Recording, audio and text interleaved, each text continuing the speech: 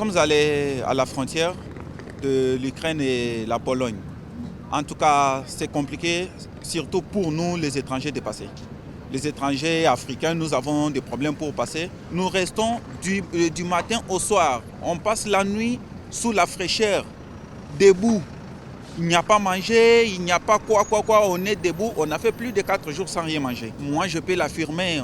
Les militaires qui sont là et d'autres agents de sécurité, ils vous le disent, vous allez rester ici, vous fuyez la guerre, restez ici, vous allez combattre avec nous.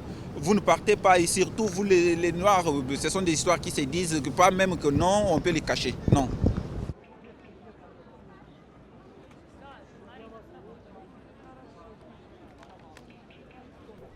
We had to pick some friends which they were coming using another train.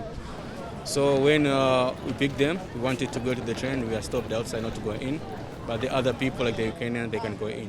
So that's a big problem. So we are here looking for another means to get to the border. We wanted to go to Hungary.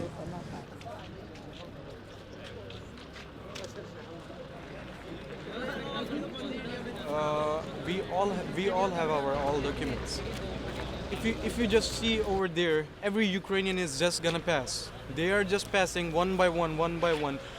From 3 nights, only this crowd is standing because we are foreigner. We are treated like a shits, dogs. Nobody is telling us anything.